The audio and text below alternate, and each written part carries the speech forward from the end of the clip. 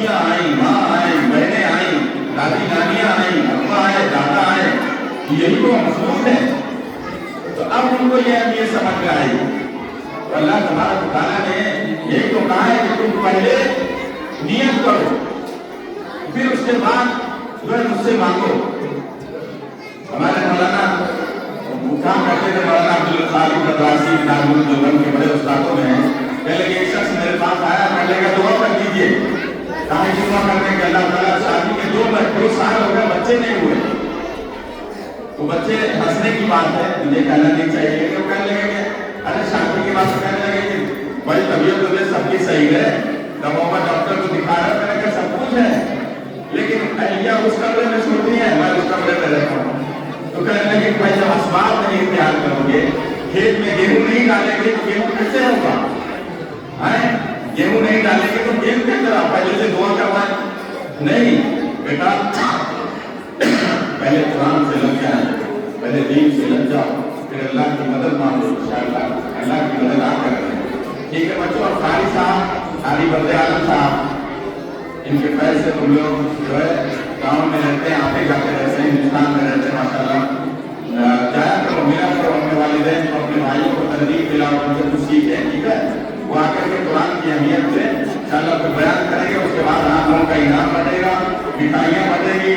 جو لوگ بچ جائیں ان کا نام لکھا دیجیے گا.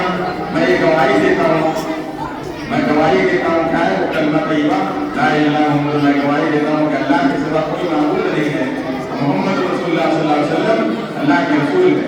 میں یہ گواہی دیتا ہوں کہ جن لوگوں کا انعام نہیں ملے گا میں سب کو انعام پہنچا دوں. ٹھیک ہے بچے لوگ. تو اپنا دل چھوٹا کر کے نہ جانا، جس کو مل جائے خوشی، جس کو نہ ملے اس کا گھر پہ انعام پہنچ جائے گا. ٹھیک ہے بچوں. انشاءاللہ قاری صاحب آئیں گے، تم لوگ میرے لیے بھی دعا کرو، میرے بچوں کے لیے، میرے چاہنے والوں کے لیے، میرے احباب کے لیے، اور میں بھی آپ لوگوں کے لیے دعا کروں گا. یہاں پہ سب کام ہونے جا رہا ہے، مجھے لیے دعا کرنا. ٹھیک ہے بچوں. ہاں انشاءاللہ. چلیے اللہ تبارک و تعالیٰ جو ہے کہنے والے کو کہنے سے زیادہ، سننے والے کو سننے سے زیادہ عمل کرنے کی توفیق عطا فرمائے. اور سب بچوں سے میں گزارش کرتا ہوں کہ میرے لیے دعا کرنا. ٹھیک ہے. میں زندہ رہوں گا تو میں سب کچھ کرا دوں گا، میں مر گیا تو پھر میرا بیٹا عمر کرائے گا. ٹھیک ہے. ٹھیک ہے. میرا جانا سنگھ میرا بیٹا ہے، انشاءاللہ وہ کرے گا. انشاءاللہ اللہ تعالیٰ تو دین کا کام کسی سے لے لیتا ہے، لیکن ہم نے نام اس لیے لے دیا کہ جب میری نیت میں اگر کوئی چیز ہے تو انشاءاللہ اللہ تبارک و تعالیٰ اس کو پورا کرے گی. کیوں دینے والی ذات وہی ہے، لینے والی ذات بھی وہی ہے. کہ تو ہم نے اپنے نفس کی وجہ سے اپنے رزق کو ہم لوگ کم کر لیتے ہیں، ورنہ وہ اللہ رحیم ہے، وہ الرحمن الرحیم ہے، وہ غفور الرحیم ہے، وہ سب کچھ ہے، وہی سب کچھ دیتا ہے، وہی سب کچھ دیتا ہے. ٹھیک ہے. لیکن یہ چیزیں دماغ سے نکال دو کہ اللہ غنی ہے، وہ دیتا تو ہے لیکن لیتا نہیں ہے. سب لوگ کہتے ہیں کہ لے لیتا ہے، نہیں، اللہ لیتا نہیں ہے، دے کر کے وہی غنی ہے جو دے کر کے لیتا نہیں. ہم اپنے گناہ کی وجہ سے اپنے رزق کو کم کر دیتے ہیں. سمجھ گئے؟ اپنے گناہ کی وجہ سے. کسی کو بیٹے گناہ کرنا یہی نہیں ہے کہ شراب پی لے، گناہ کرنا یہی نہیں ہے کہ کچھ بھی کر لے، نہیں. گناہ کرنا یہی ہے کہ اپنے دل کے اندر کسی کی برائی سوچ، کسی کو گھٹیا سوچ لے کہ یہ چھوٹا آدمی ہے، یہ کپڑا ایسا پہنے ہوا، جوتے ایسا پہنے، یہ سب نہیں. ان اللہ علیم بذات الصدور. اللہ سینے کے رات کو جانتا ہے.